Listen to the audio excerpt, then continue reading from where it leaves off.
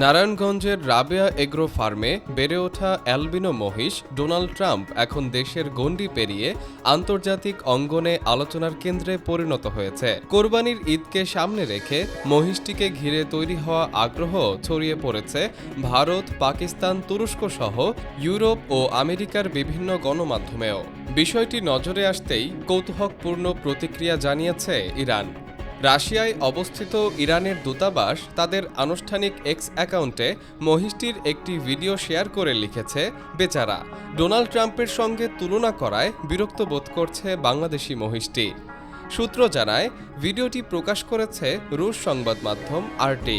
সেখানে উল্লেখ করা হয়, ট্রাম্পের সঙ্গে মিল রয়েছে এমন এক মহিষটিকে দেখতে প্রতিদিন ভিড় করছেন অসংখ্য মানুষ।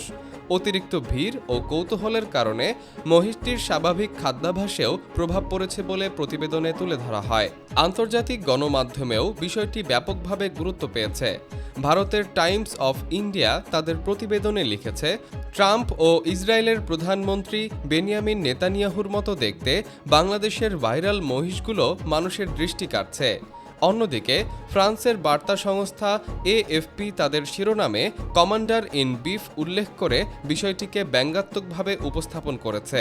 এছাড়া ব্রিটিশ বার্তা সংস্থা রয়টার্স তাদের প্রতিবেদনে বলেছে, বিরল এই ডোনাল্ড ট্রাম্প মহিষটি কোরবানির ঈদ উপলক্ষে ব্যাপক আলোড়ন সৃষ্টি করেছে। স্থানীয়রা জানিয়েছেন, অদ্ভুত গড়ন ও রঙের কারণে মহিষটি শুরু থেকেই সবার নজর কেড়েছিল। তবে আন্তর্জাতিক গণমাধ্যমে প্রকাশ পাওয়ার পর থেকে এটি দেখতে মানুষের ভিড় আরও বেড়েছে। অনেকেই কৌতূহলবশত মহিষটির সঙ্গে ছবি তুলছেন এবং সামাজিক যোগাযোগ মাধ্যমে শেয়ার করছেন। এভাবে একটি সাধারণ খামারের মহিষ এখন বিশ্বজুড়ে আলোচনার বিষয় হয়ে ওঠায় বিষয়টি নিয়ে দেশজুড়ে তৈরি হয়েছে হাস্যরস ও কৌতূহলের মিশ্র প্রতিক্রিয়া। ডেস্ক নিউজ, অগ্রযাত্রা, প্রতিদিন।